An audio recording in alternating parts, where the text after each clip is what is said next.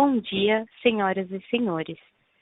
Sejam bem-vindos à teleconferência do Itaú Unibanco Holding, onde será discutido o resultado do segundo trimestre de 2021. No momento, todos os participantes estão conectados apenas como ouvintes e mais tarde será aberta a sessão de perguntas e respostas. As perguntas poderão ser feitas via telefone, digitando *1, ou pelo WhatsApp através do QR Code para acesso pelo celular ou do link para acesso pelo computador.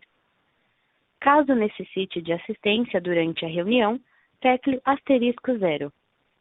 Cabe lembrar que a reunião está sendo gravada e transmitida simultaneamente pelo site de Relações com Investidores www.itau.com.br/relações-com-investidores.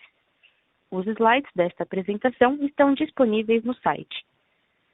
Antes de prosseguir, esclareço que eventuais declarações feitas durante esta reunião sobre tendências, perspectivas dos negócios, projeções e metas operacionais e financeiras são meras previsões, baseadas nas expectativas da administração em relação ao futuro do banco.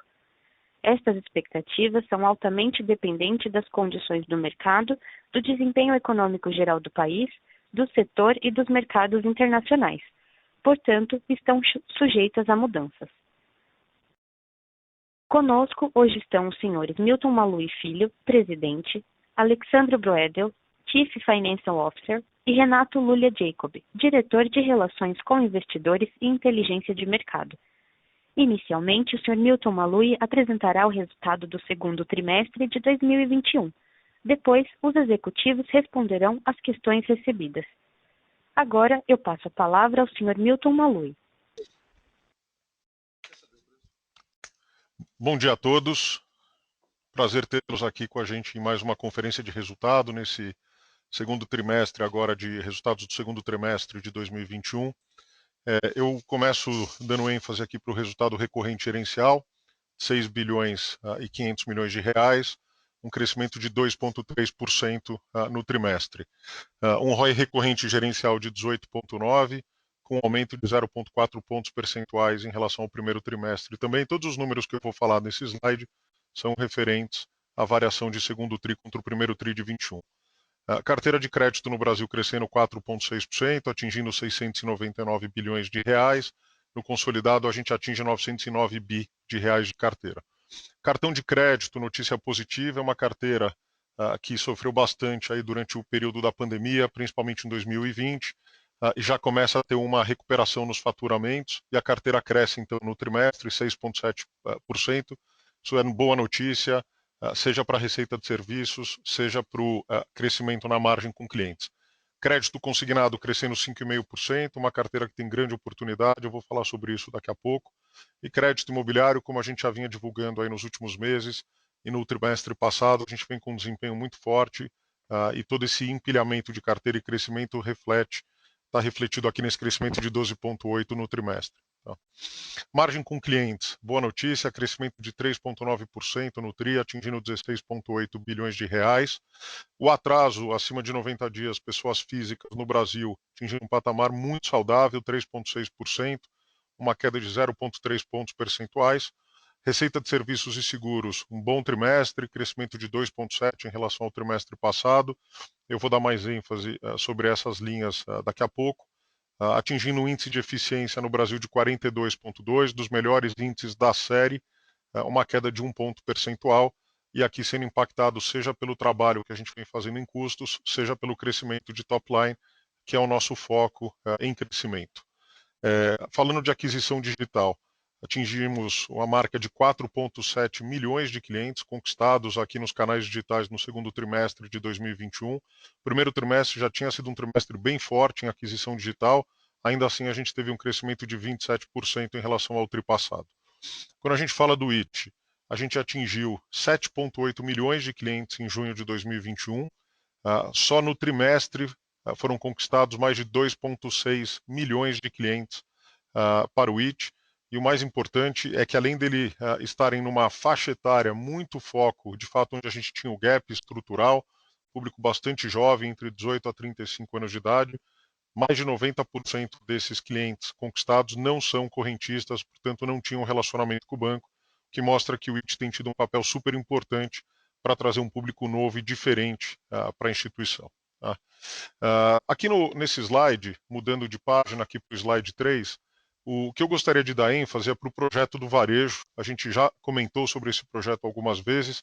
Eu aqui estou trazendo um pouco mais de números para tangibilizar para vocês qual é o tamanho do objetivo e a ambição que a gente tem aqui, né? Então, é uma revisão completa da experiência do cliente, uma ressignificação total da proposta de valor dos nossos negócios. Isso vale para todos os segmentos. Então, a gente está fazendo essa revisão para o Itaú Agências, a gente está fazendo para o Uniclass, para o Personalité e para o Varejo Empresas. Projeto super ambicioso, super complexo, que vem sendo conduzido muito bem. E a notícia boa é que até o final deste ano a gente deve ter 75% das iniciativas implementadas, sobrando ainda algo para 2022. Portanto, parte relevante do valor desse projeto vai ser capturado no curto e médio prazo. A gente tem uma ambição enorme, principalmente para a parte digital desse projeto. O nosso objetivo, a gente coloca aqui em números, é quadruplicar o número de vendas digitais até 2025, fazendo com que essas vendas digitais, esses negócios digitais, atinjam aqui 50% de share nas nossas receitas. Tá? É um crescimento muito importante aqui nos próximos 4 anos. Tem toda uma reorganização do atendimento presencial. Então, primeira decisão que nós tomamos, e a gente vem implementando isso muito bem, é ressignificando o papel do gerente. A gente tinha 2 estruturas que corriam em paralelo, a estrutura comercial e operacional, com reportes na organização em níveis diferentes, e a gente unificou. Nesse momento, a gente passa a ter um único dono responsável pela agência, olhando tanto a parte comercial e operacional, o que ajuda na simplificação das jornadas perante o cliente e facilita uma visão única de centralidade dentro de cada uma das agências. Tá? E a gente também está fazendo a remodelação da rede de agências, criando o que a gente chama de agências hub e agências satélites, ressignificando em cada micro-região do país, dependendo da necessidade e da demanda daquela região, o enxoval de cada uma dessas agências vai ser diferente, muito adaptado às necessidades dos nossos clientes. Quando a gente compara em relação ao segundo TRI de 19, a gente teve um incremento de 23% no volume de contas abertas, 54% dessas contas foram abertas de forma digital, então o share de contas digital vem crescendo e hoje é mais da metade. E o que a gente tem conseguido fazer com utilização de dados, maior conhecimento dos clientes e os nossos modelos, a gente tem conseguido duplicar o crédito pré-aprovado para essas novas contas, sejam as contas abertas nos canais físicos, sejam as contas abertas nos canais digitais. Um outro item que eu gosto de dar ênfase aqui, a gente traz alguns termos aqui, o phygital e omnichannel, né? Essa lógica de que você pode ter um atendimento físico e digital. Eu tenho falado muito que a gente não quer ser um banco remoto. Ser uma empresa digital não significa ser uma empresa remota. A gente quer atender o cliente aonde ele desejar, seja num canal físico, seja num canal digital, mas com uma experiência totalmente digital. Então, esse conceito de omnicanalidade a gente vem acompanhando. Nós fechamos nesse período mais de 9 bilhões de reais em operações que são definidas aqui de O2O, que é online to offline. Basicamente, o que a gente quer dizer aqui é que são operações que foram iniciadas ou finalizadas em um canal digital e que tiveram alguma etapa dela feita através de um dos canais físicos. Isso justamente porque muitas vezes o cliente inicia a contratação de um produto, quer se assessorar, quer conversar com o gerente e termina num canal físico, ou ele inicia a transação num canal físico e depois que ele já tem todas as dúvidas esclarecidas, a consultoria feita, ele finaliza a transação num canal digital. Então isso é ótima notícia, de fato a omnicanalidade funcionando à plenitude. 58% das contratações de IPF no segundo TRI foram feitas nos canais digitais. Naturalmente o share de pagamentos é maior, depois a gente tem o share de investimentos e crédito, mas todos eles têm ganho share na evolução aí e segue sendo a tendência olhando para frente. Tá? E por último, não menos importante, todo o investimento que a gente está fazendo na nova assessoria de investimentos. Então, a gente vai atingir até o final de 2022 mais de 100 escritórios, são escritórios próprios, em que a gente tem colaboradores CLT, mas que funcionam no modelo de assessoria, complementando o papel do gerente das agências, sobretudo no personalité, encarteirando clientes com investimentos e prestando uma assessoria mais completa. A gente deve atingir mais de 1.500 especialistas e a plataforma que serve não só os clientes, mas serve também a esses assessores de investimento é a Ion, que é uma plataforma em que a gente vem incluindo uma série de funcionalidades novas nos últimos tempos. Já no segundo semestre, a gente deve escalar vários produtos novos dentro do Ion, que passa a ser a forma como a gente se relaciona com os clientes correntistas e com os não correntistas mar aberto também. E para os clientes de segmentos mais baixos, a nossa ideia é ter um approach absolutamente digital através da plataforma. Não necessariamente são clientes encarteirados, mas são clientes que vão ter uma assessoria digital muito forte através do Ion. Tá? Mudando de slide, indo para a próxima página, eu começo a falar sobre a expansão do crédito consignado. Eu comentei agora há pouco o crescimento que a gente já observou no TRI, 5,5%, crescimento de 17% no olhar ano contra ano, mas o mais importante é que se vocês olharem a nossa carteira de 59 bi, ela é composta por 3 grandes segmentos no consignado. O INSS, onde é de longe a nossa maior carteira, 47 bilhões de reais. A gente tem 7,2 bi de reais em empresas privadas. Embora seja um volume menor, em termos de market share, o consignado e o empresas privadas andam muito próximos em termos de penetração de mercado. A gente tem por volta de 25% de mercado nesses dois segmentos aqui do negócio de consignado. Mas o maior mercado de todos, que é o mercado de empresas públicas, que é onde a gente, por várias razões, acabou não participando do crescimento desse mercado nos últimos anos, é onde a gente tem o menor share e, portanto, é onde a gente vê a maior oportunidade de crescimento. Tá? Então, a gente fez uma revisão completa da nossa atuação em consignado público e eu acho que o evento que reforça esse reposicionamento foi que nós vencemos a licitação recente do governo de Minas, são 618 mil servidores, saldo de 8 bi em crédito consignado, só o saldo de consignado que esses servidores têm é maior do que a nossa carteira em órgãos públicos hoje. Além de um volume de 4,8 bi por mês, né, que é o montante mensal de pagamento a servidores estaduais e fornecedores, e nessa licitação a gente tem a possibilidade de abertura de conta 100% digital e por meio dos novos pontos físicos dedicados. Então aqui para dizer que a gente vê com grande otimismo o potencial de crescimento, principalmente no segmento em que a gente não tem penetração hoje, a gente tem menos de 2% de market share, e é o segmento com maior representatividade, onde a gente vê a maior oportunidade de crescimento, sem sombra de dúvida. Indo para o slide 5, eu dou uma ênfase aqui no segmento de pequenas e médias empresas, mas o que eu gostaria de chamar a atenção, primeiro, é a história, né? Olhar o filme, não só a foto. Se a gente parte da base de junho de 2017 e olha junho de 2021, isso é uma carteira que a gente dobrou de tamanho nos últimos 4 anos. Partimos de 60 bi de carteira, atingimos 133 bilhões de reais em carteira e assumimos a liderança de mercado nesse segmento. Tá? O mais importante é que todo esse crescimento aconteceu dado uma transformação profunda que foi feita na operação, com um modelo muito sustentável e com centralidade no cliente funcionando a pleno vapor. Aqui vocês conseguem ver pelos indicadores de Net Promoter Score. A gente cresceu 28 pontos de agosto de 2018 até dezembro de 2020. A gente continua vindo com performance na avaliação dos nossos clientes muito fortes e o NPS do segmento, e aqui considerando todos eles, sejam as empresas do varejo, seja o middle market, cada um com a sua nota naturalmente, mas no consolidado a gente vê um NPS acima de 65 pontos, que é um NPS muito forte. Ainda assim, a gente vê muita oportunidade. Tá? A transformação continua, que é o que eu chamo a atenção aqui do lado direito do slide, e a nossa agenda de Beyond Banking, né? Criando ecossistemas de parcerias para atender todas as necessidades dos clientes. Nesse trimestre, a gente fez aqui uma parceria com a OMIE para entregar um ERP digital para as pequenas e médias empresas. É algo diferente do que a gente está acostumado. A gente começa a ter uma nova frente de receita, na medida em que eu levo uma solução de caixa, uma solução de CRM, uma solução de nota fiscal, uma solução de controle de estoque para os nossos clientes, e a gente passa a ter o crédito também de forma muito mais próxima dos clientes, na medida em que eu vejo todo o fluxo de apagar e receber dessas empresas. Tá?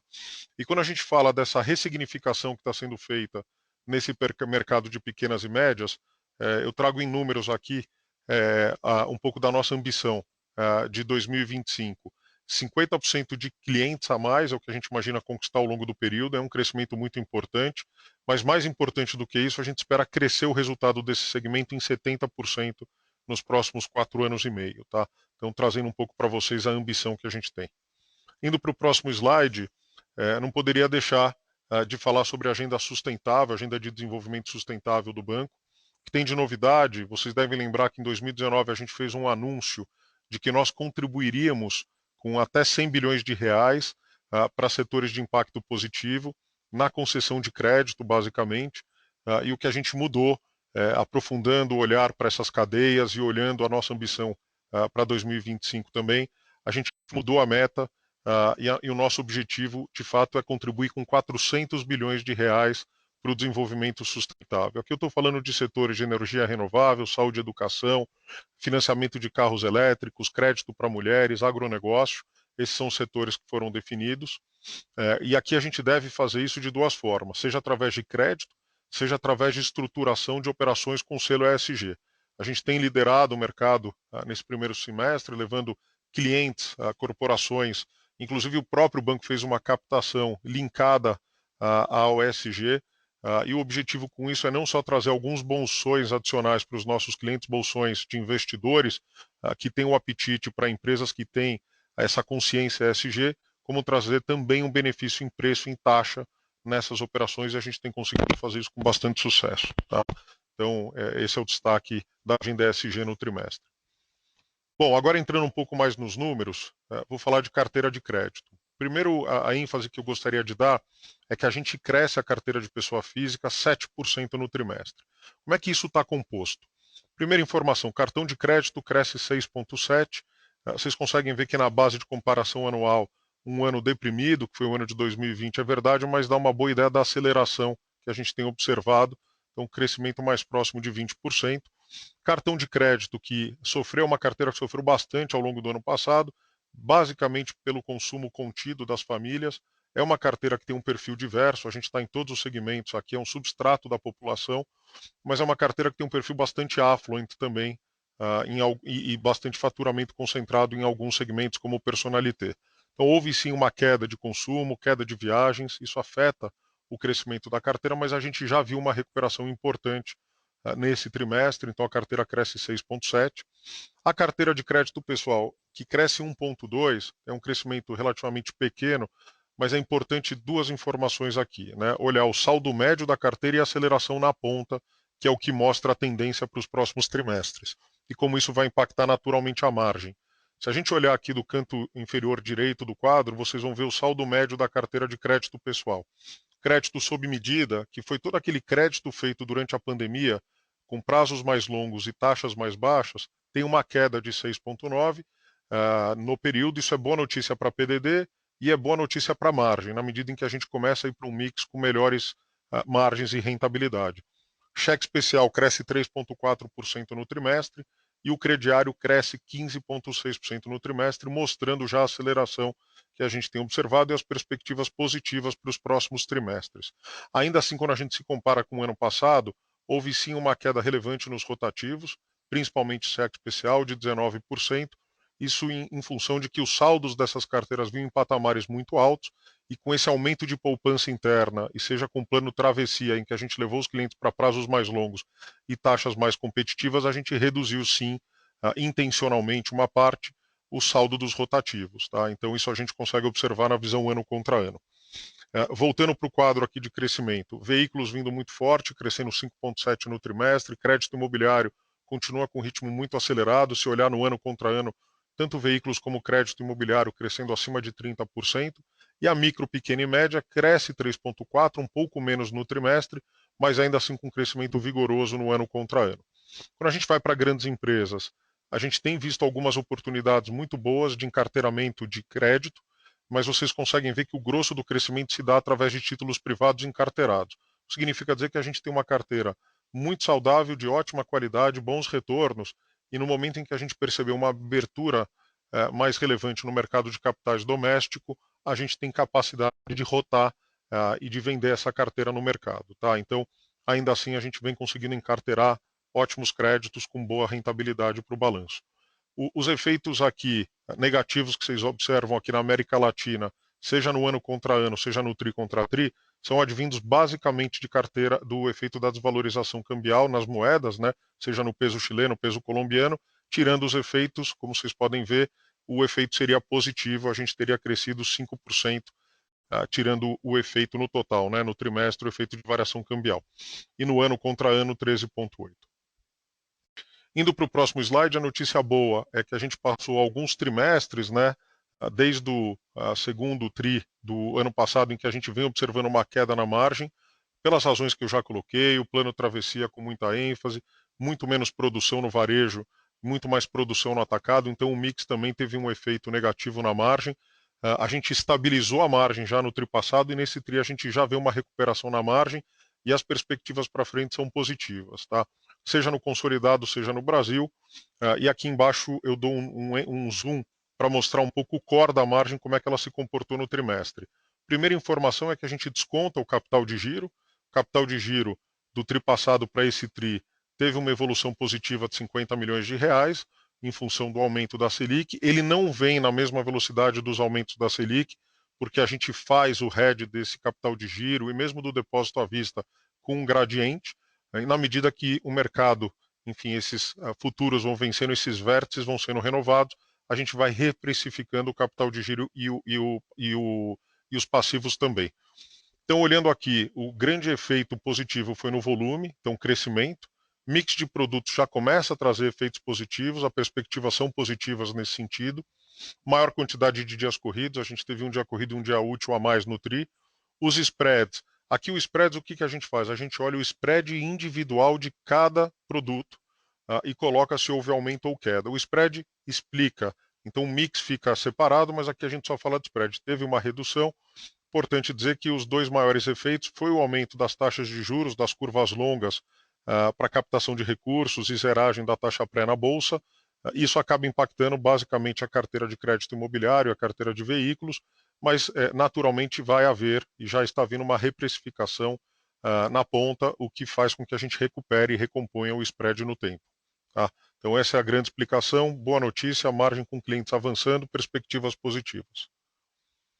Bom, margem financeira com o mercado, a gente pode olhar essa informação de duas formas, né? Assim, teve uma queda no TRI, mas se a gente olhar o número absoluto de 2 bilhões de reais, ele está bem acima da média histórica, se vocês olharem os TRIs anteriores. A gente roda historicamente com algo próximo a 1,4 bi de reais de margem com o mercado. O TRI passado foi um TRI excepcional, em que a gente teve um resultado muito forte no Brasil e também muito forte na região, na América Latina, especialmente no Itaú Corbanca. O banco já divulgou seus resultados, já fez o call com o mercado também, então já deu mais detalhes sobre isso. Nesse trimestre, a gente repetiu a performance de mercado no Brasil, que também foi excepcional, mas já na América Latina a gente voltou para o batidão histórico de 500 milhões, muito mais em linha com o que a gente vinha performando nos tris anteriores. Claramente o primeiro tri foi um outlier, mas ainda assim uma margem com o mercado muito forte no trimestre. ênfase em cartões, aqui eu queria chamar a atenção para algumas informações que eu julgo que são muito relevantes. Tá?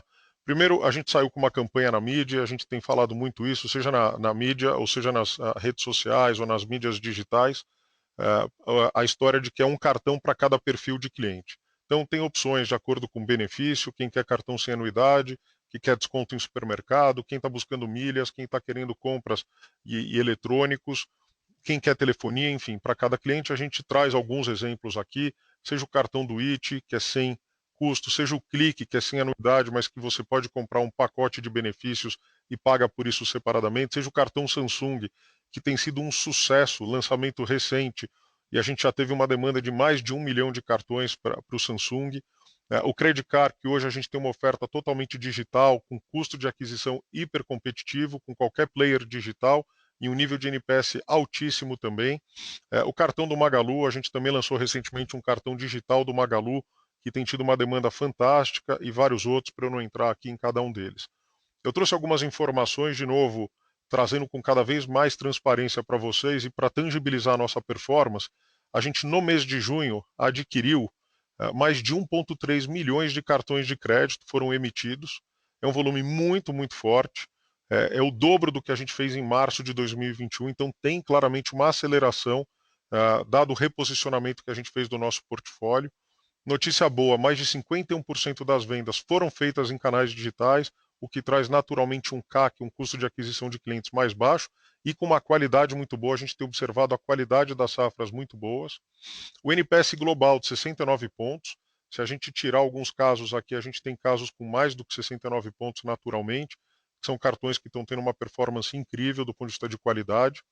E uma outra notícia que eu também acho importante, a gente tem hoje aproximadamente 60% de market share nas carteiras digitais. Lembrando que quando o cliente coloca o cartão dele numa carteira digital, dificilmente ele troca esse cartão. Então a gente sempre achou que fazia parte da nossa estratégia posicionar com muita ênfase o nosso papel nessas carteiras, seja na Samsung Pay, Apple Pay, Google Pay.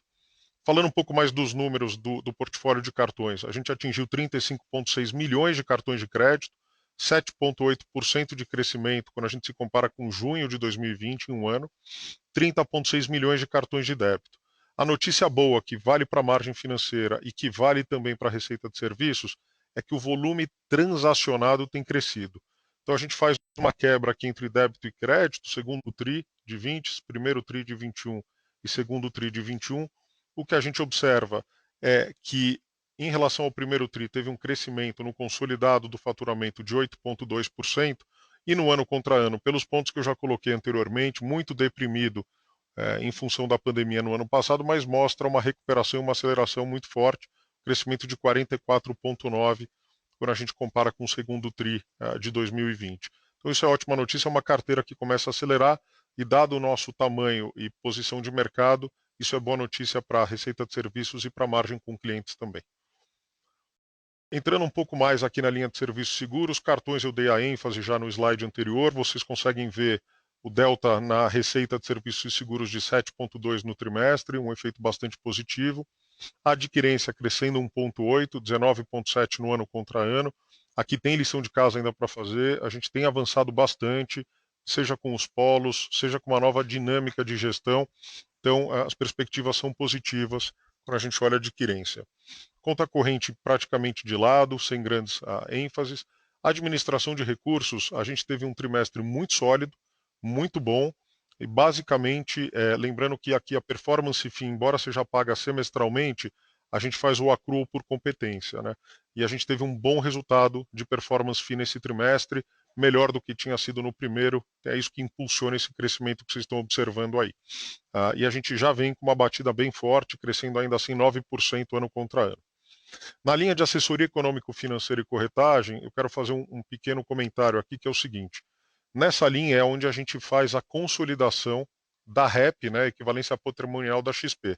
Então, só lembrando, a gente pega o lucro líquido da XP, faz o gross-up pela alíquota de imposto e desconta o custo de carregamento do investimento que foi feito à época pelo CDI. No primeiro trimestre de 2021, a gente teve 3 meses cheios desta REP. Neste segundo trimestre, a gente não abre o número, a XP ainda não divulgou seus resultados, por isso a gente não abre os números, mas o fato é que a gente teve 2 meses de XP e já no mês de junho esse resultado está sem XP. Ainda assim, a gente foi capaz de recompor o resultado e crescer 12% no trimestre, tendo um mês de XP a menos no segundo trimestre de 21. Quando a gente vai para receita de resultado de seguros, o que eu chamaria a atenção aqui, quer dizer, no fundo em assessoria econômica, o grande destaque tem sido o banco de investimento. Resultados muito sólidos, eu faço ali, inclusive, do lado direito, um pouco os nossos números e o ranking. No primeiro trimestre, aqui no segundo trimestre, a gente continua aqui na posição de primeiro lugar em renda variável, volume emitido em 38 operações no primeiro semestre, primeiro lugar em fusões e aquisições, 145,4 bilhões, 23 operações no primeiro semestre, primeiro lugar em renda fixa, também com 13 bilhões de operações estruturadas. Então, essas são informações, são dados públicos, tá, divulgados pela Dialogic e pela Ambima, esses resultados. E ainda por último, para o resultado de seguros, é importante aqui só fazer o shift, porque eu falo de receita nas outras linhas, aqui eu estou falando de resultado. Tá? Então, basicamente, a gente está falando de receita de seguros, né, previdência e capitalização, tirando o que é despesa com sinistro e de comercialização. Como nesse segundo trimestre teve um aumento no volume de sinistros, muito em função do Covid, seja para os produtos de prestamista, seja para os produtos de seguro de vida, teve um dos efeitos negativos aqui no resultado de seguros. E além disso, tem descasamento de índices de inflação, IGPM, IPCA, que acabam impactando. Aqui também teve um impacto negativo nesse descasamento temporal de índices de inflação.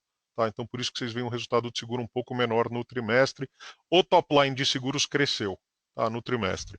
Mas quando a gente olha o resultado basicamente explicado por sinistralidade, que foi o maior efeito, a gente vê um resultado um pouco para baixo. A perspectiva é de que a sinistralidade deve ir caindo ao longo do tempo, na medida que a pandemia vai arrefecendo aí nos próximos trimestres.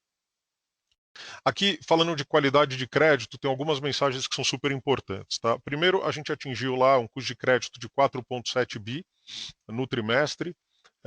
Isso significa uma relação de 2,1% custo de crédito anualizado sobre carteira de crédito, patamares muito baixos, né, apesar do crescimento.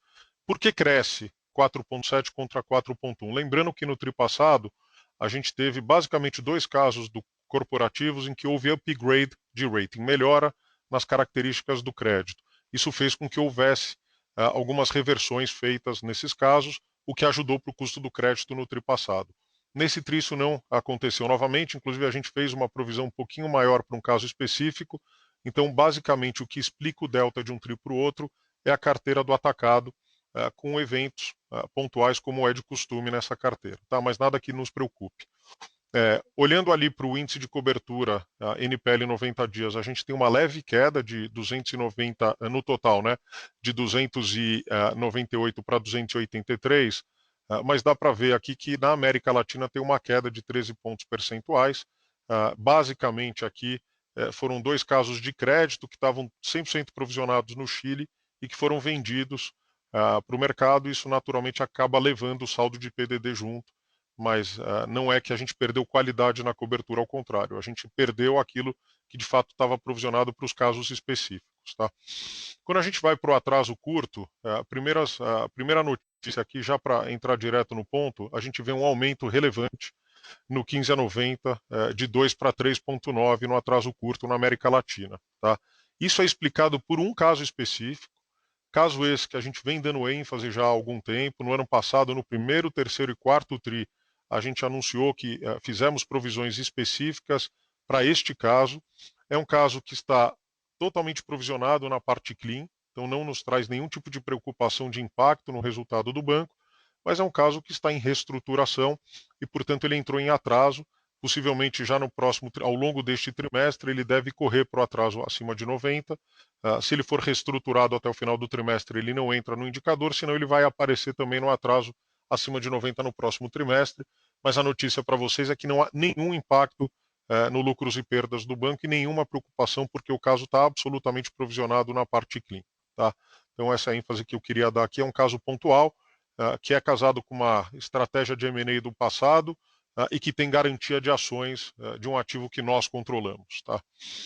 Quando a gente entra aqui nos demais casos, a pessoa física tem uma redução no 15 a 90, boa notícia, e mais importante ainda é a redução no 15 a 90 da micro, pequena e média empresa, saindo de 1,6 para 1,4.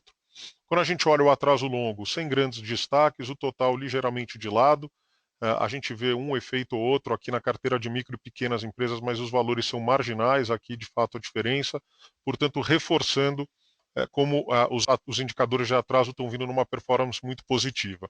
Só para dar um número para vocês, o atraso na pessoa física, que está ali materializado em 3,6 no over 90, do lado inferior direito, excluindo a carteira flexibilizada, esse atraso está correndo por volta de 2,8, quer dizer, realmente o menor indicador da série para a carteira não flexibilizada. E a carteira flexibilizada é uma carteira que hoje está em 40 bilhões de reais, ela chegou no seu pico a ter 53 bi de carteira, já amortizou 13 bi, o que é ótima notícia, seja para margem, seja para inadimplência. É uma carteira que vem amortizando por volta de 5 bilhões de reais por trimestre. Tá? E vem tendo uma performance melhor do que a gente imaginava, e a formação de NPL nominal, seja no atraso curto ou no atraso longo dessa carteira, vem reduzindo nominalmente. Tá? Agora, ainda é uma carteira de 40 bilhões de reais, a gente está passando por um cenário aqui de, enfim, de alívios e subsídios aqui com Bolsa Família ou com os planos de auxílio do governo, em um cenário de que o consumo está bem controlado em certa medida. Então, temos que olhar para frente a perspectiva, e é uma carteira que obviamente requer cautela, mas a performance vem vindo de forma positiva, a gente continua acompanhando no dia a dia. Tá? Então, Indo para o próximo quadro, despesa não decorrente de juros. Algumas mensagens importantes. Primeiro, o primeiro trimestre de 2021 traz uma sazonalidade. O que significa isso? Principalmente para a despesa de pessoal. Como a gente vem provisionando férias ao longo do ano, e janeiro tipicamente é o mês e fevereiro em que as pessoas saem de férias, você acaba tendo um benefício por já ter provisionado esse salário de férias durante os períodos anteriores. Então, quando a gente olha na despesa de pessoal, tem esse crescimento de 1,6% no TRI, 7% no ano, inclusive abaixo da inflação, mas é importante olhar a despesa administrativa, que ela cai 2,7% no TRI e cai 2% quando a gente olha primeiro semestre de 21 contra primeiro semestre de 20. Então, olhando isoladamente o Brasil, tem um aumento de 1,2% no TRI, e no ano contra ano, semestre contra semestre, a gente tem um aumento de 0,8%.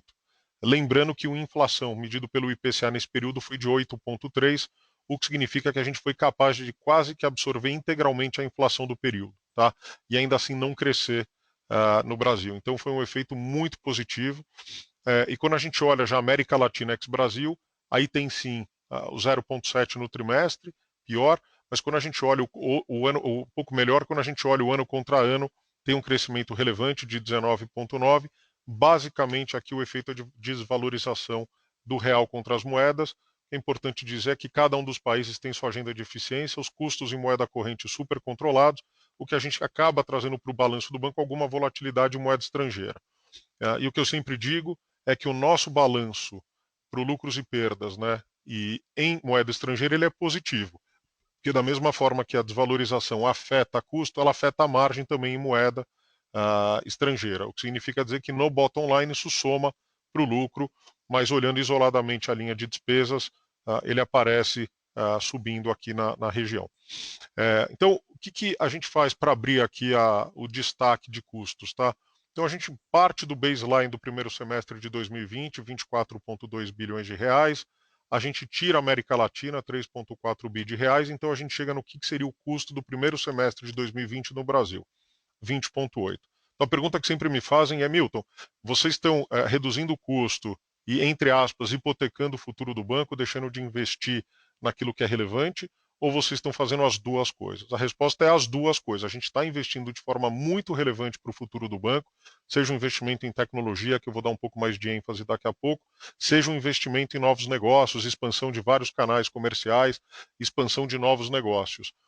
E como é que a gente tem feito isso? A gente tem financiado esse investimento abrindo espaço no custo core, no custo principal do banco. Então, como é que a gente representa isso nesse gráfico de waterfall aqui? Então, a gente sai de 20,8 no Brasil, tira o que foi investimento em tecnologia, foi 400 milhões de reais, a gente vai somando na barra. Depois, o investimento em novos negócios representou um delta no semestre aqui, em relação ao primeiro de 2020, de 200 milhões. Aí a gente chega em 21,5 bi. O programa de eficiência que a gente já vem falando aqui há pelo menos uns 2 anos, em que a gente deu muito foco e muita ênfase no programa de eficiência, tem trazido resultados importantes. Então vejam que a gente só na variação do semestre traz 800 milhões de benefício do programa eficiência, e por outro lado a gente tem aqui 400 milhões no volume transacional. Esses 400 milhões, importante, ele é volumetria, então eu diria que ele tem um componente de colesterol bom, porque mais volumetria, ok, mais custo, significa que os negócios estão crescendo.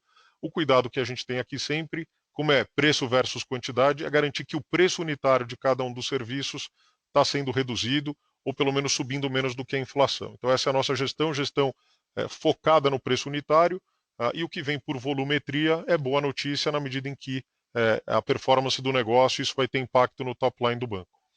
Então a gente chega em 21 bi de reais, e quando a gente volta à América Latina, os 4 bi que eu já comentei. Tá? Então esse é o breakdown de custo. O que eu chamo a atenção é lá em cima do lado direito o índice de eficiência. No consolidado, a gente vem reduzindo de 46,5%, a gente reduziu 200 pontos percentuais, 2 pontos percentuais, de 46,5%, 200 bips para 44,5%, e no Brasil uma redução relevante chegando em 42,7%. E aqui, de novo, é a nossa agenda. Quando a gente fala de investimento, de eficiência, a gente não está falando de custo. A gente está falando de custo e de crescimento de top line. Né? O nosso mantra aqui, eu tenho falado para vocês, é crescimento. Né? Esse é o nosso grande foco, e a agenda de eficiência ela vem justamente para financiar todo o investimento que o banco tem feito para crescer e para ampliar o valor da sua franquia no tempo. Próximo slide. Aqui eu vou falar sobre modernização da tecnologia, né? Se vocês olharem, a nomenclatura é um pouco diferente. Por quê? É super importante aqui. No fundo, quando a gente fala de migrar para a cloud ou de ir para a cloud, este não é um fim em si mesmo, né? Porque fosse isso, seria muito simples, simplesmente fazer um copy-paste dos códigos de todos os nossos sistemas legados e transferir para a cloud. A gente possivelmente já está rodando num volume de cloud muito maior, mas sem nenhum dos benefícios que a cloud traz, tá? Então, a nossa estratégia aqui, inclusive só para dar uma informação, quer dizer, os nossos canais digitais hoje rodam 88% em cloud. Mas não é essa a estratégia. A estratégia qual é? A estratégia inicial é modernizar as plataformas. Então, sair de uma base de sistema legado monolítico, em que você tem grandes emblocamentos, e transformar isso numa arquitetura componentizada, com microserviços, que vai trazer muito mais flexibilidade, time to market, e muito mais adaptável à nova realidade. Tá? Isso também tem feito com que a gente olhe para soluções de tecnologia e chame várias das plataformas de produto. O produto para nós, hoje em dia, no banco, não é mais só o crédito pessoal, o cartão de crédito, o capital de giro. No fundo, o produto para a gente também passa por tecnologia. Então, eu tenho uma plataforma de reconhecimento facial, de biometria facial, ela tem que ser reutilizada para os vários negócios do banco. Então, a gente sai daquela lógica de que todos querem ter 100% do serviço desenvolvido em cada um dos negócios, para uma lógica de reuso que é fundamental para que a gente crie os nossos diferenciais e quais são as plataformas transversais em que eu posso me valer da escala e do reuso para ganhar muito mais velocidade para os negócios na gestão das suas atividades. Tá? Isso vai fazer com que a gente tenha maior frequência de entregas, isso é medido e a gente tem indicadores para cada um desses itens, vários indicadores, desde horas por BCP, que são horas por códigos desenvolvido, time, tempo de entrega e releases, qual a quantidade de release que a gente tem feito, quanto tempo demora da ideia até o código entrar em produção, enfim, a gente mede isso em todos os nossas jornadas e plataformas. E também essa plataforma modernizada vai permitir com que a gente tenha uma infraestrutura de dados construída de uma forma muito mais moderna, centralizada, num grande banco de dados, com qualidade, em que os diversos negócios do banco podem consumir aquela informação com muito mais tempestividade e qualidade para a tomada de decisão e melhorando naturalmente a experiência dos clientes. Tá? Traduzindo isso aqui em alguns números, só para vocês terem uma ideia da magnitude dessas mudanças, a gente aumentou 6.700, foi a maior média de mudanças que a gente fez por mês no primeiro semestre. Isso significa a quantidade de códigos em produção, 6.700, então é muita mudança acontecendo. Isso só é possível quando a gente tem uma plataforma modernizada. É um aumento de 150% quando a gente se compara com o primeiro semestre de 20. E a nosso objetivo aqui de ir até 2022 com 50% das nossas plataformas modernizadas, a gente está falando de levar de 3.800 serviços para a cloud. Então a lógica é moderniza e vai para a cloud. Tá? E aquilo que a gente está construindo do zero, que são novos negócios e novos produtos, a gente já parte em cloud. É o caso do Pix, que nasceu 100% em cloud. Ali embaixo eu trago outros exemplos. O IT já nasceu 100%, é nativo em cloud. O Ion também nativo em cloud. O cartão Samsung, Credit Caron. Então a gente consegue, para o que é fluxo, já ir fazendo e construindo com plataformas modernas e em cloud, e o legado a gente vai trabalhando dessa forma. Né? E o modelo de trabalho é fundamental nessa jornada. A gente bateu agora 50% das áreas elegíveis já operando em comunidade. A gente está falando aqui de mais ou menos 10 mil pessoas trabalhando em comunidade. A nossa expectativa é ter 21 mil pessoas trabalhando nas comunidades no ano que vem, por volta de 48 comunidades, são 2.000 squads, hoje a gente roda com 980 squads, então, de fato, a gente está fazendo uma revolução no método e no modelo de trabalho, e não é simplesmente agrupar as pessoas em volta de uma mesa, mas tem muita metodologia, incentivo, as plataformas têm que estar modernizadas, né? O modelo de trabalho muda completamente, o perfil das lideranças também acaba mudando muitas vezes. Tem um trabalho de capacitação e treinamento muito forte sendo feito para as nossas equipes e um acompanhamento centralizado da evolução dessas comunidades. Tá? E por último, eu queria só dar ênfase ao Pix, que nasceu 100% em cloud. A gente tem observado entre pagamentos e recebimentos o market share por volta de 20% do volume, tá? Aqui em recursos, em volumes transacionados através do Pix. Disponibilidade altíssima, 99,8% de disponibilidade, e a gente tem visto um crescimento aqui de 15% mensal no volume de transações. Então, o Pix é uma realidade, sobretudo para a pessoa física. Houve uma migração massiva aqui de TED Doc para o Pix, e nós fizemos isso proativamente para os nossos clientes, não só levando uma ótima experiência, como atendendo no melhor interesse dos clientes, o que faz mais sentido, e o nosso market share é reflexo disso, né? A gente realmente tem conseguido penetrar com muita qualidade no Pix. Falando de capital, a notícia é positiva no trimestre. Então, basicamente, primeiro eu coloco aqui cisão parcial da XP para dar uma ênfase de que não há impacto no capital essa cisão parcial que está sendo feito agora e que foi aprovada e homologada aqui dia 31 de maio, foi aprovado pelo Fed, 26 de julho agora homologado pelo Banco Central. Então não traz maiores efeitos em capital, porque ele já estava acima dos limites de dedução ou investimento que a gente tem na XP, o que faz a gente ficar mais próximo do limite, mas não traz um benefício objetivo de capital. O lucro do trimestre teve um aumento aqui, ele traz 0,4% para o índice de capital, já com 25% de dividendos provisionado. O ajuste prudencial, basicamente, aqui é o efeito cambial, que a gente observou no trimestre, a redução do dólar real. Isso traz os efeitos através dos créditos tributários por diferença temporal do investimento no exterior, que são ponderados a 300%, então traz um benefício natural em capital. E teve o capital complementar, que é efeito da variação cambial também, que acaba caindo 0,1% no trimestre. Então a gente chega a 13,5%, que é praticamente o nível do apetite. Lembrando que o nosso apetite é 12% de CET1 e 13,5% de capital total. A gente atingiu 11,9% de CET1, naturalmente, muito em função da variação da moeda estrangeira e dos maiores resultados do banco. Então, o capital a gente vem acompanhando aí ao longo dos trimestres. Aqui, o objetivo desse quadro é que, como o ano de 2020 foi um ano completamente atípico, a gente perde um pouco a referência, né? E eu fiz esses comentários durante a minha apresentação aqui, quando eu faço a comparação do ano contra ano, aqueles percentuais muito elevados, né?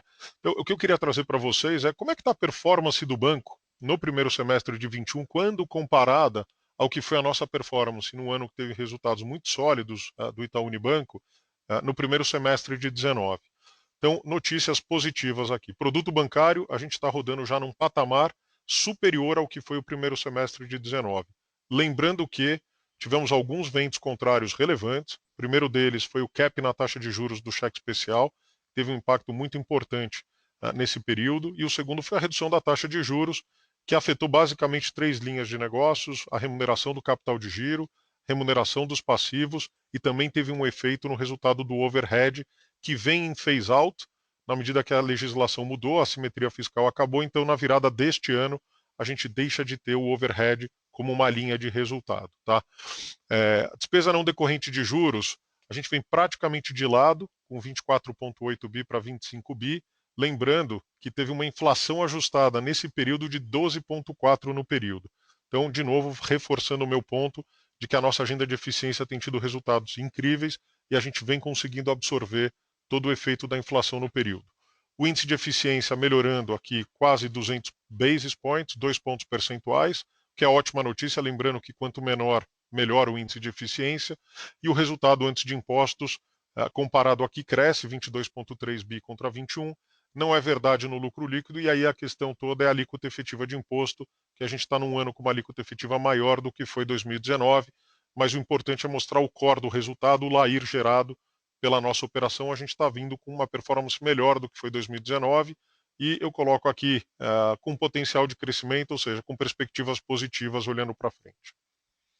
Muito bem, para concluir a minha apresentação e entrar aqui na sessão de perguntas, eu queria falar um pouco sobre o guidance, tá? Então tem algumas informações que eu acho que são relevantes dividir com vocês. Só fazendo um pouco de arqueologia, bem rápido, a gente entrou esse ano com um guidance em que a gente tinha dúvida, inclusive, se deveria soltar um guidance no início do ano, por conta do recrudescimento da pandemia, mas ainda assim a gente decidiu soltar o guidance.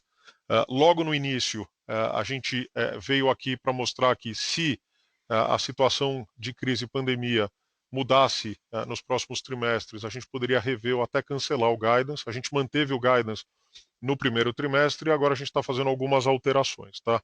Quais são as principais mensagens? Primeiro, a gente tem observado sim um crescimento de carteira mais forte, seja no semestre, seja nas perspectivas do que a gente vem produzindo, principalmente nos últimos meses. Então a gente vê uma perspectiva positiva para o crescimento da carteira. Tá? Então a gente está revisando no consolidado, que era de 5,5, entre 5,5 e 9,5, para um crescimento entre 8,5 e 11,5.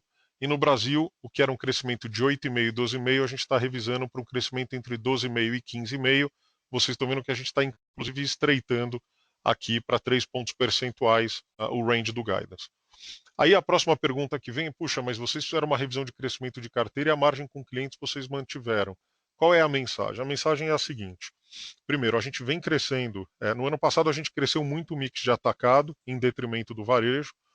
Esse ano a gente vem acelerando o varejo no primeiro semestre, ainda mais concentrado nas carteiras garantidas, o que tem impacto positivo na carteira, mas na margem é um feito menos positivo do que se fossem as carteiras clean. Então tem essa questão do mix. A gente já vem acelerando a carteira clean, como vocês puderam observar, e as perspectivas são positivas para o segundo semestre, mas a mensagem mais importante é a seguinte, o range entre 3 e 7 comportava o que a gente estava observando de guidance quando a gente fez o guidance no início do ano. Com esse crescimento de carteira, a gente vê naturalmente um deslocamento dentro do range, por isso a gente não está mudando o range, mas o que eu posso dizer é que a gente está se aproximando muito mais ao topo do guidance do que onde a gente vinha vendo pelas nossas projeções ou pelo guidance original contratado.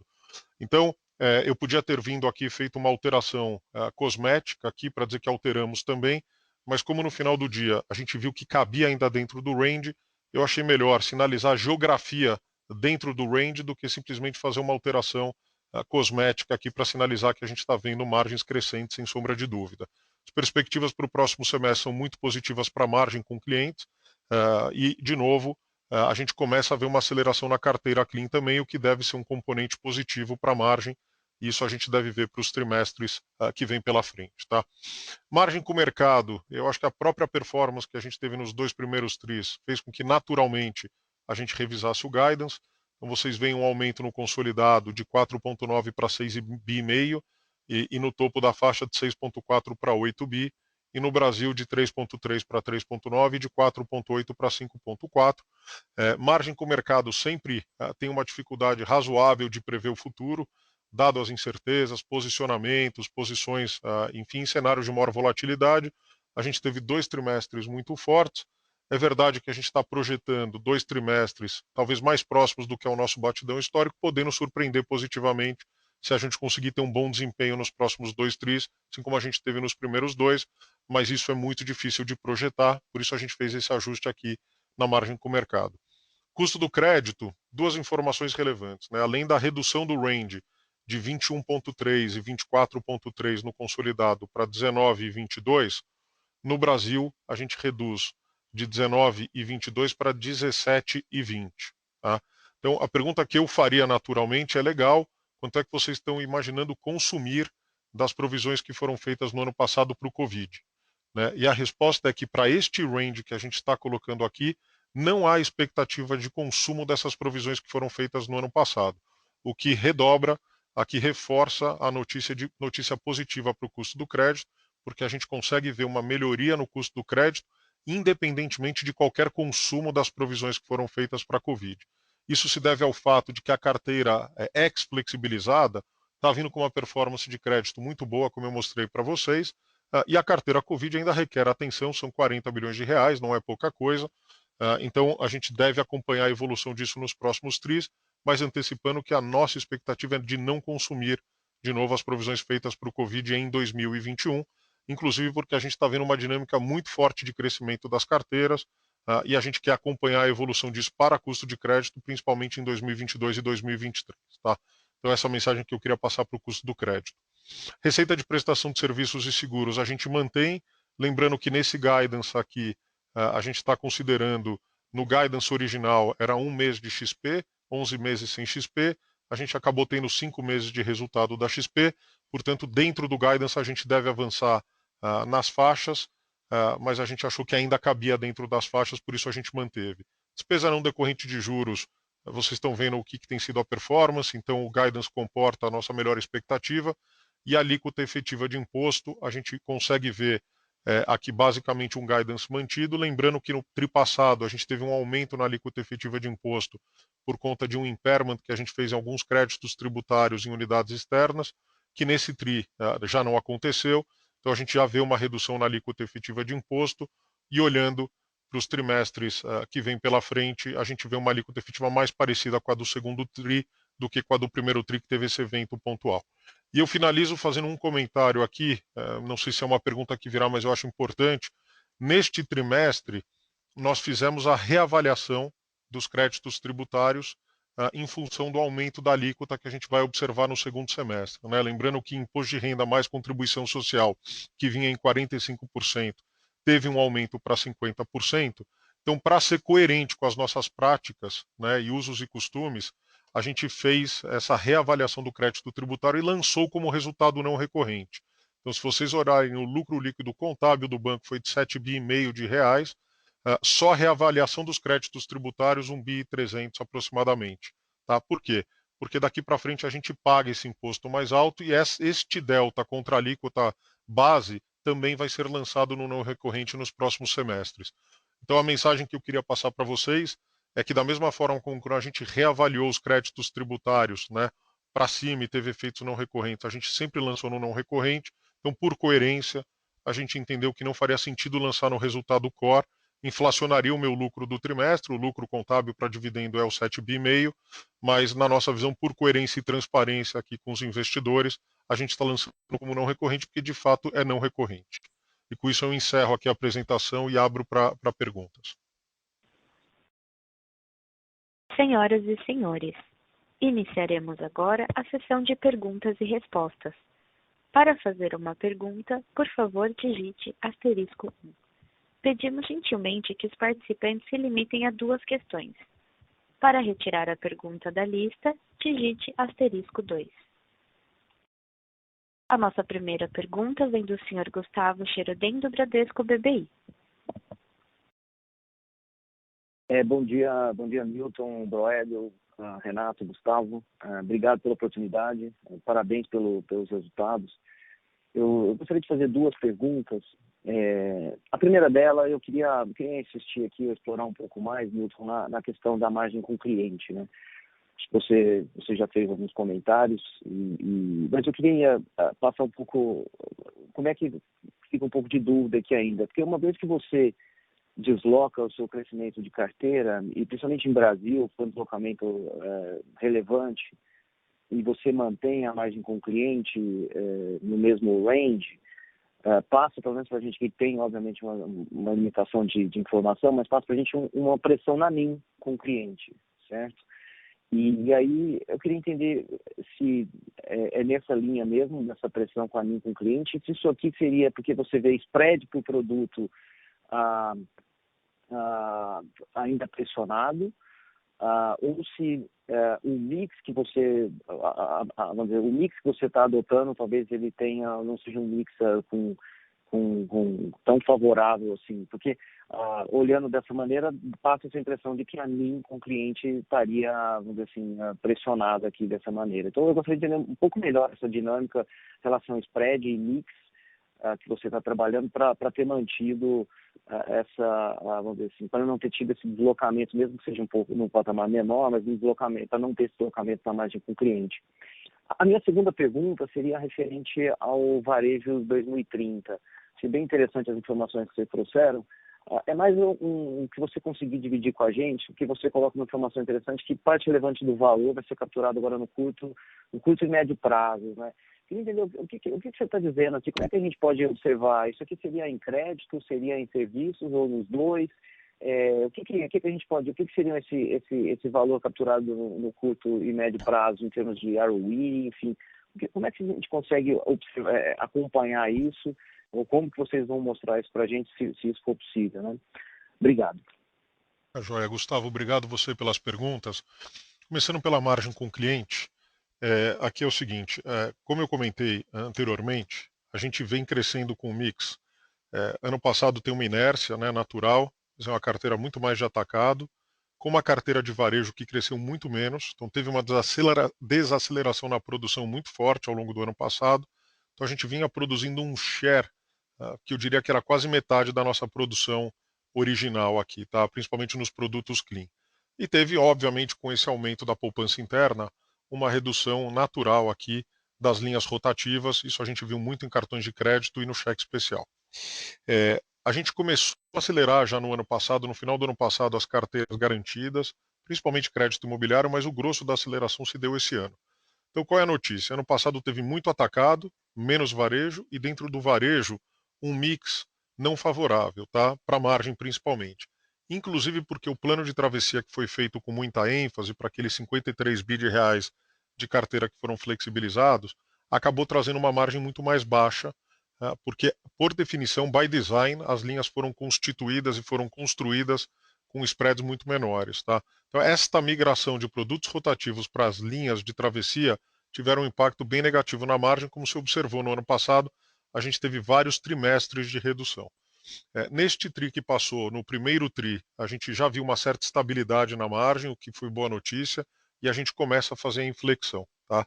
Agora, a gente só tem mais 2 trimestres pela frente, e, portanto, tudo isso que a gente vem trazendo de carteira de garantidos, né, e esta produção de carteira clean que começa a acelerar no final deste trimestre, com perspectivas positivas para o segundo semestre, devem trazer mais impacto na margem no tempo. Tá? Então, para este guidance deste ano, nesta visão 12 meses, o que a gente está acelerando nas carteiras não será suficiente para a gente sair aparentemente do range que foi pré-definido. Mas tem uma movimentação relevante dentro do range do que a gente viu originalmente para o que a gente está imaginando agora, tá? Então a margem vai sim avançar nos próximos 2 trimestres.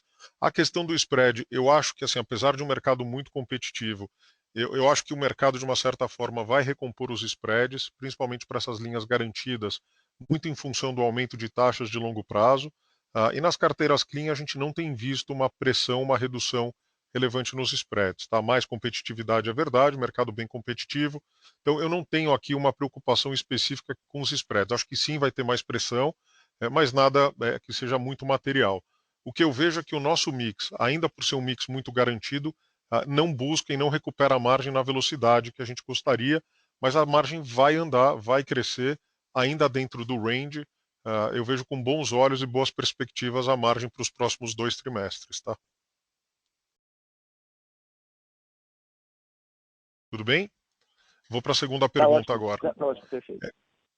Para a parte do varejo 2030, aqui é o seguinte, a gente vem trabalhando nesse projeto, na conceituação dele já há bastante tempo, e a execução, propriamente dito, está se dando esse ano. Tá? Então, a gente sempre olhava o varejo de 2 formas. O resultado inercial, que é, se eu não fizer nada, com tudo que tem de vento contra possível, o que pode acontecer com as nossas margens no tempo?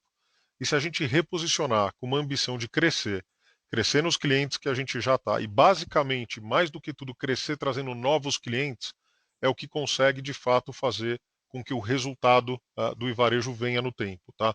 Então, se você me perguntar assim, quais são as alavancas? A alavanca passa por top line, obviamente. Então, e aqui eu falo de crédito, falo de serviços, falo de seguros, falo de penetração de outros produtos, né, em que hoje a gente tem uma penetração menor no varejo.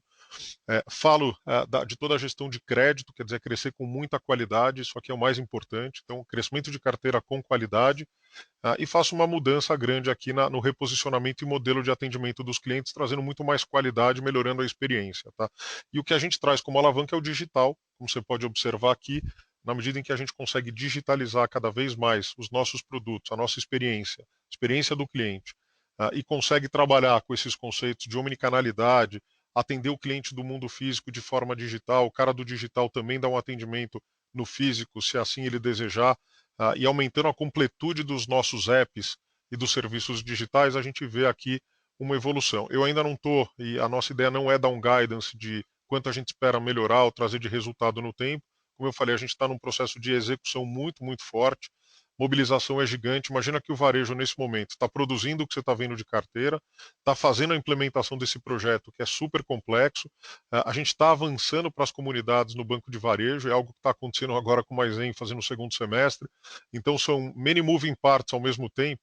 Então, eu não quero antecipar e dar qualquer tipo de guidance ainda sobre expectativa de resultado. A questão é que, obviamente, se a gente está reposicionando, é para sair do inercial e crescer resultado, não perder resultado no tempo. Então tem uma substituição de algumas linhas, mas eu vou poder dar mais detalhes para vocês mais para frente na medida que a execução vai terminando, tá? E aí, obviamente, a gente vai atualizando vocês e sinalizando um pouco mais que expectativa a gente tem sobre o projeto, que ele perpassa aqui todos os segmentos do varejo, tá? Então, não tem uma bala de prata, são mais de 1.000 iniciativas que estão sendo acompanhadas uma a uma, com escritórios de projetos centralizados, enfim, então é um projeto de grande complexidade. Tá ótimo, Milton. Muito obrigado, muito claro. Obrigado. Tá ótimo. Obrigado você, Gustavo. A nossa próxima pergunta vem do senhor Tiago Batista, do Banco UBS. Opa, bom dia a todos. Parabéns pelo resultado. Eu tenho duas perguntas. A primeira é em relação a capital barra reforma tributária. Vocês têm um target de 13,5 Tier 1. Boa parte disso, mesmo que nas sessões passadas, é por causa boa parte do buffer, é por causa do overhead, que tem um impacto importante no capital, dependendo do câmbio, como a gente viu no ano passado. O overhead acabando. Então, potencialmente, vocês poderiam, imagino eu, operar mais alavancado sem overhead. Por outro lado, pelas minhas contas aqui, a reforma tributária, na última versão, deveria ocasionar um impacto relevante, uma baixa contábil relevante de TAs de vocês. Eu queria tentar entender como vocês estão pensando esses dois pontos, capital, o target de capital mínimo, esses 13,5, se isso pode ser reduzido, se o efeito do impacto da baixa contábil do TAs. Então, colocar esses dois pontos em contexto. E a segunda pergunta, em relação ao IT, vocês comentaram que já estão com quase 8 milhões de clientes. Já dá para falar se vocês atingiram um break-even de RGO ou de resultado nessa operação? E se caso não tenha atingido isso, se vocês têm algum target ou de tempo ou de número de clientes para essa operação chegar nesse break-even? Tá ótimo. Tiago, obrigado pelas perguntas. Vou começar aqui então na ordem, tá? Capital.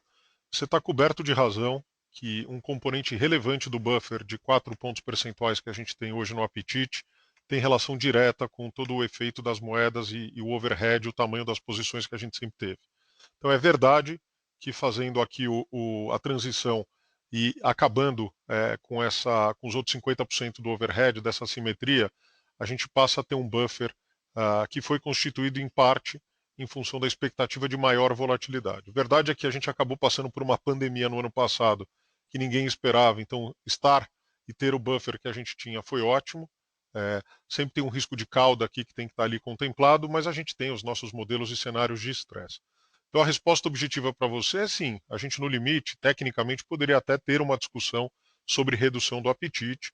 Agora tem alguns eventos aqui que chamam a atenção. Tá? O primeiro deles é que a gente vê aqui um movimento de mercado ainda, enfim, incerto, tem pandemia, o que vem pela frente, retomada, esse é um dos pontos. Tem que, obviamente, terminar esse runoff dos 50% do overhead, a gente ainda tem uma posição relevante, sobretudo, não é o não vinculado ao operacional, a gente tem uma posição de overhead ainda muito vinculada ao investimento operacional que o banco tem, tá? Que continua variando em função do câmbio.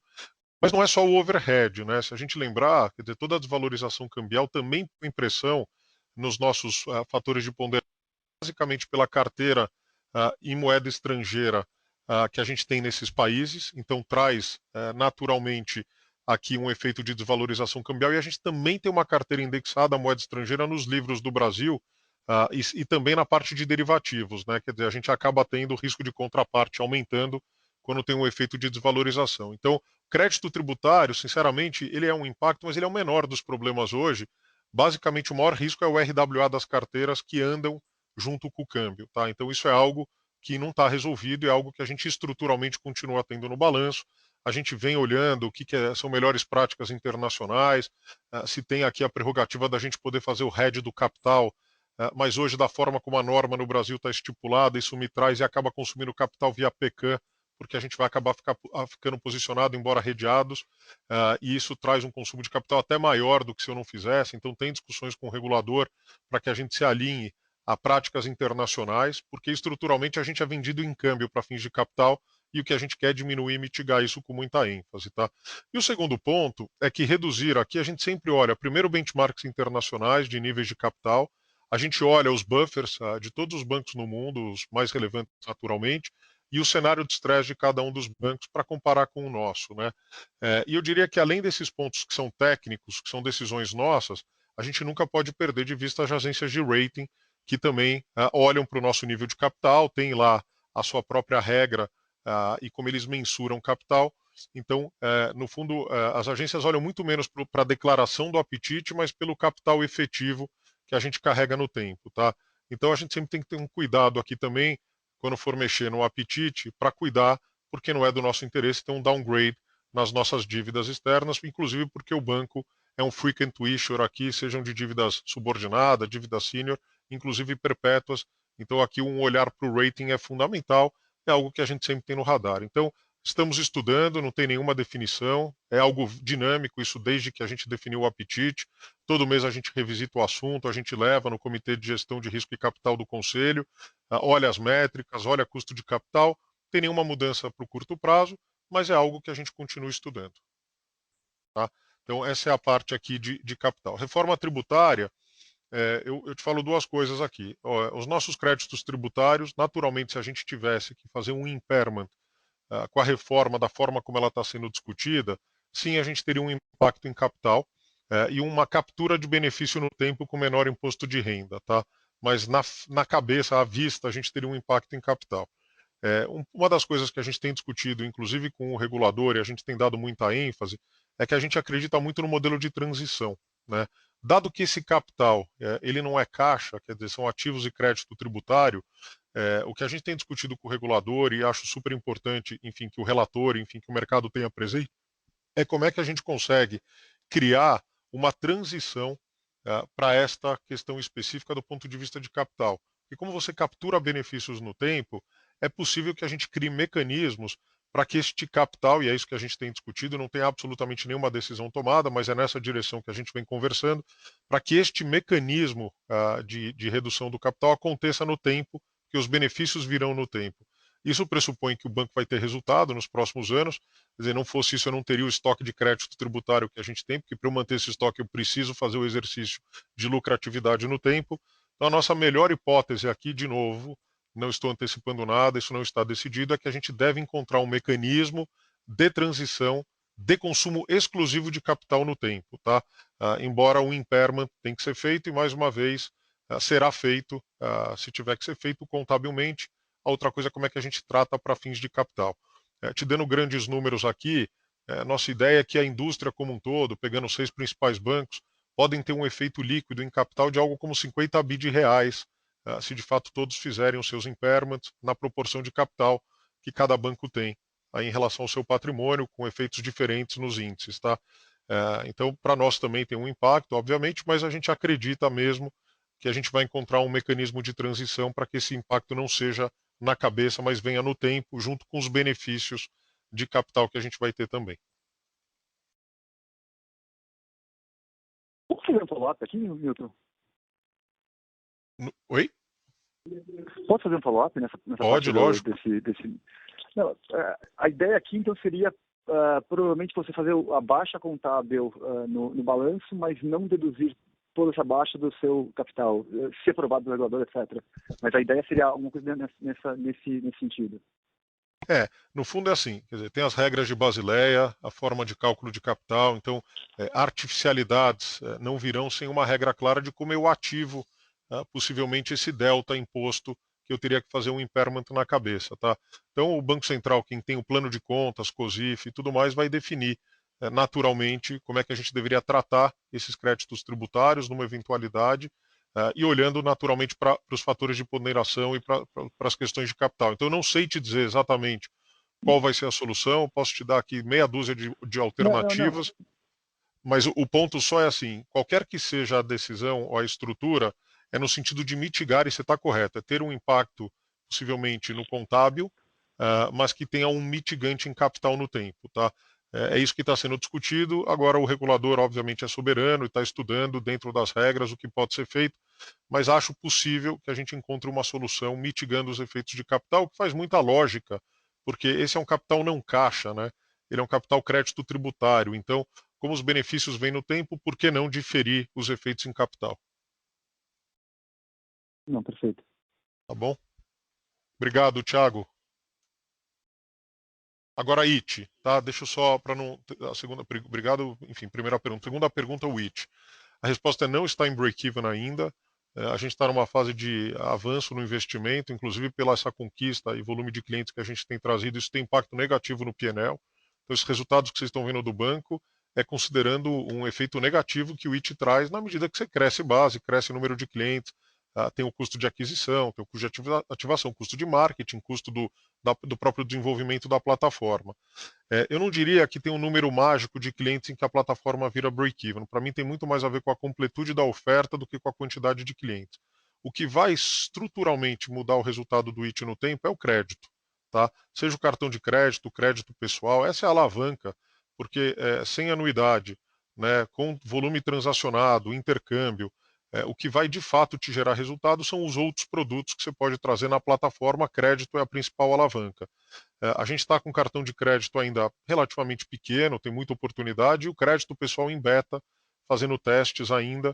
Então, só quando a gente tiver em velocidade cruzeiro, eu diria aqui, de concessão de crédito, entendendo o perfil do cliente, modelagem e tudo mais, é quando a gente de fato deve ver um ramp-up nos resultados do IT e, portanto, chegando a break-even. Tá?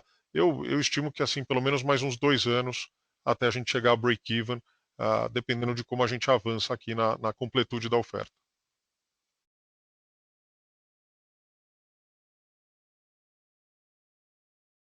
Ok? Por favor. A nossa próxima pergunta será do senhor George Friedman, do Citibank.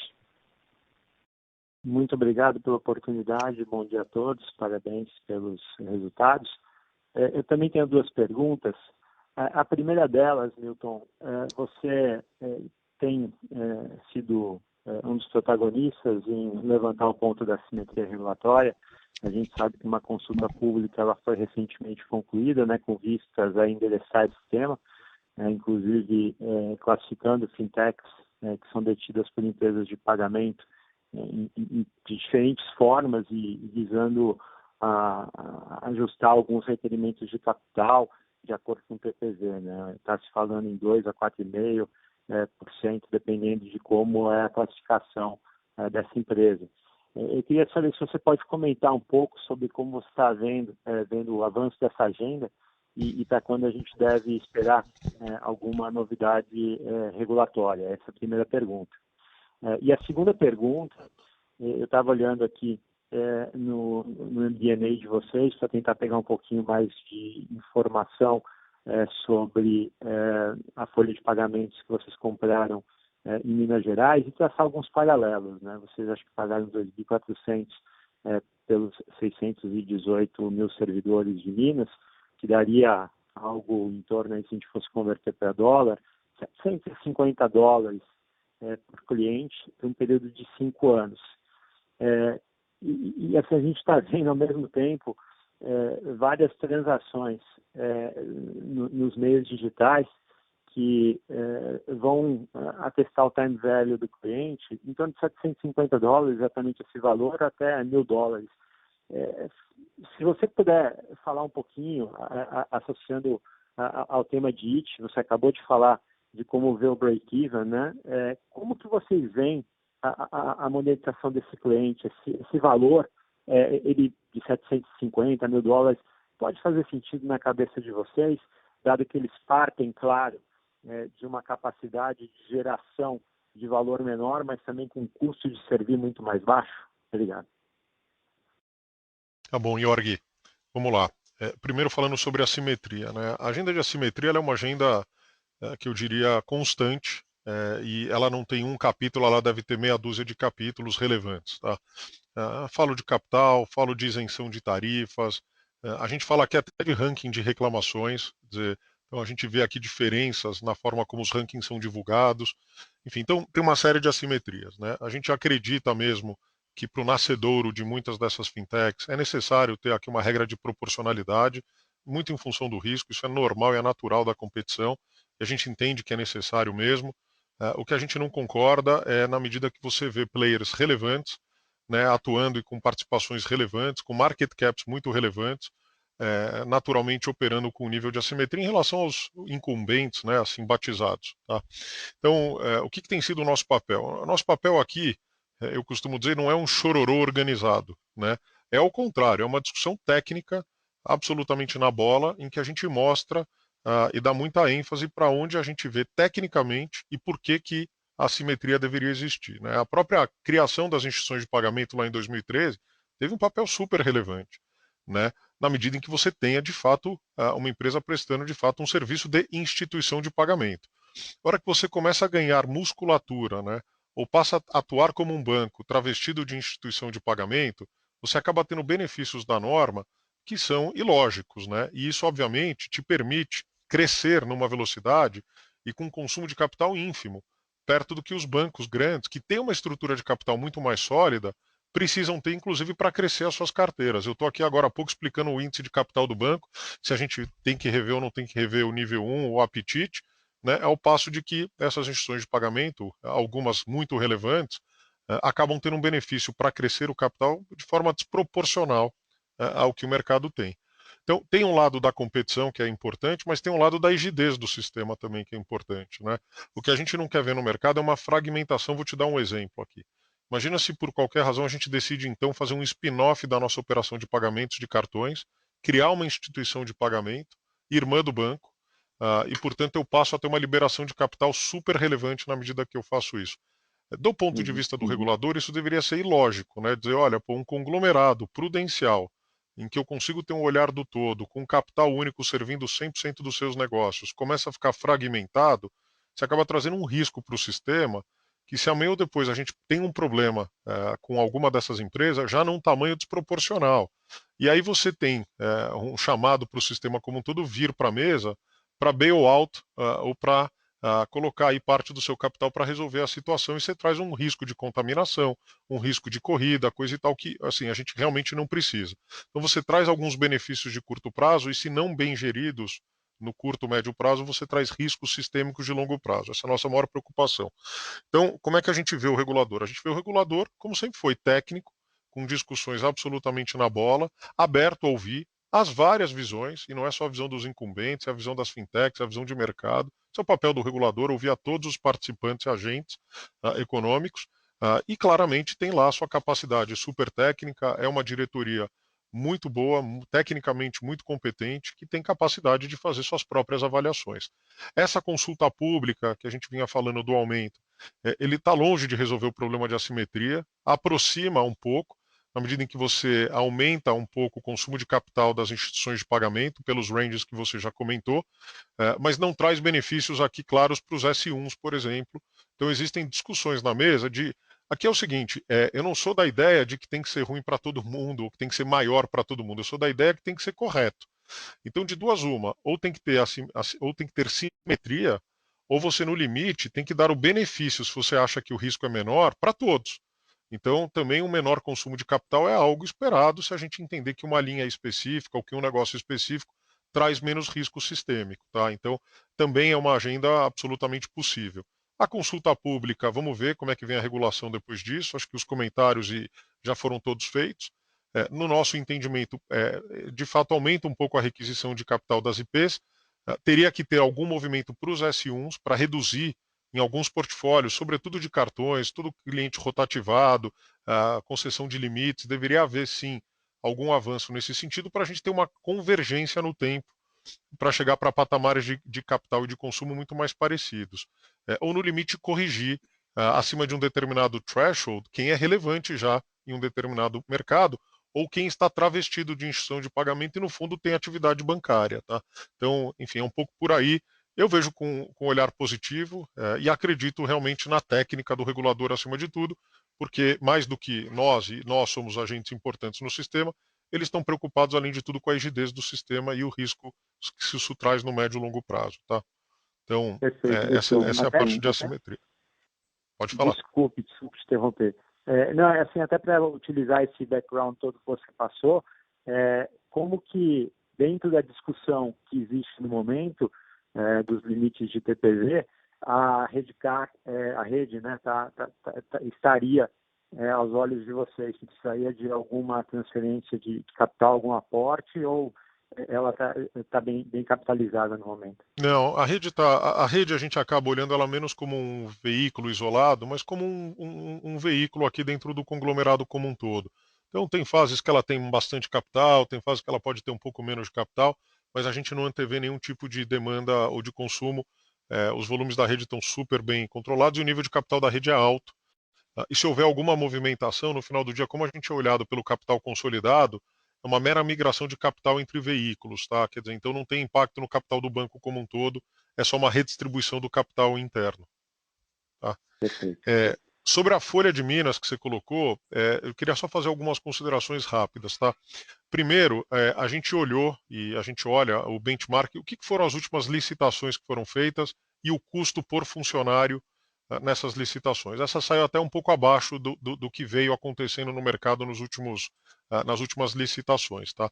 A gente tem toda a nossa modelagem aqui, é um modelo super complexo, que vai desde a nossa capacidade de penetrar nos clientes, de comprar os créditos, de atrair os clientes de fato para o banco, quantos dos clientes não virão e serão retidos pelo banco onde ele está hoje, que tipo de produtos a gente pode oferecer, como é que a portabilidade vai funcionar no produto A, produto B, produto C. Eu acho que a diferença que tem numa folha madura como essa é que é um grupo de servidores de alta renda, então com salário médio alto, perfil personalité e uniclass na sua grande maioria, então é um cliente que tem um bolso mais profundo e que tem, portanto, uma penetração de produtos financeiros mais amplo do que quando você compara com o cliente tipo do IT, que é um cliente mais jovem, com uma renda inferior, e muitas vezes um cliente que nem tem muitos produtos financeiros. Então a gente olha essa folha com um cliente muito mais maduro e a nossa capacidade de portar crédito para clientes que já têm hoje uma carteira concedida e estabelecida. Então você consegue ir lá para um cliente que já tem, eu mostrei o saldo do consignado, só o que esses clientes têm em saldo em aberto é o dobro do que a gente tem de carteira de consignado em órgãos públicos hoje em dia. Tá? Então a gente faz o valuation, considera naturalmente o valor do pagamento, e a gente viu que os retornos nessa folha estão bem acima do que os retornos mínimos esperados. Tá? Então a gente está bastante confortável com o preço. A gente não vai dar disclosure aqui de quanto a gente vê de retorno e nem o valor por funcionário, por ser uma modelagem muito interna e proprietária, mas a mensagem principal é que o retorno, eu posso te dizer que ele é maior do que 40%, e portanto a gente está bem confortável com o nível de pagamento que foi feito, e a gente vai acompanhar agora, que agora tem um desafio de execução, de abrir as contas desses funcionários, de migrar esses clientes para cá, e a gente também tem experiência com folhas menores, em que a gente tem participação e que a gente conquistou recentemente. Essa é uma folha que já foi nossa um dia, então a gente conhece o potencial, e a gente vai olhando por usos e costumes e experiências em casos anteriores para retroalimentar o modelo que a gente faz de valuation da folha. Tá? Então a gente está bastante positivo aqui, com uma expectativa grande. O leilão saiu próximo dos pisos ali, né, de abertura, e a gente está bastante confortável com o nível de preço que foi pago. Perfeito. Perfeito, muito obrigado.